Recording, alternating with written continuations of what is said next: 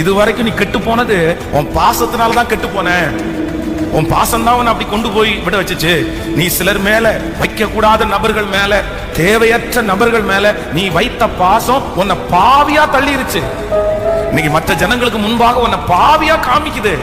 அது ரொம்ப ராங். அது ரொம்ப ஜீவ புஸ்தகத்துல இருந்து என் பேரை இப்ப எந்த ஜனங்களுக்காக ஜீவ புஸ்தகத்துல இருந்து என் பேரை கிறுக்கி போடுங்கன்னு சொன்னாங்களோ அந்த ஜனங்கள் தான் கானானை பார்க்க விடாம அவரை தடை பண்ணிட்டாங்க.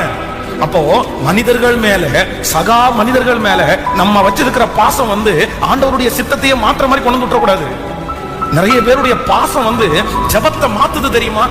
அது ரொம்ப கொடுமை. அவனுடைய முடிகள் எல்லாம் எடுக்கப்படும் போது அவன் தரையில இல்ல, பாயில இல்ல, வேதம் சொல்றது அவருடைய மடியில படுத்து கிடந்தான். அப்போ இந்த ஃபேக் லவ் எந்த அளவுக்கு அந்த அன்பு அவனை சுருண்டு படுக்க வச்சிருச்சு பாருங்க. சில நேரத்துல நம்முடைய வாழ்க்கையில ரொம்ப கவனமா இருக்கணும். தவறான அன்பு உங்களுக்கு ஆரம்பத்துல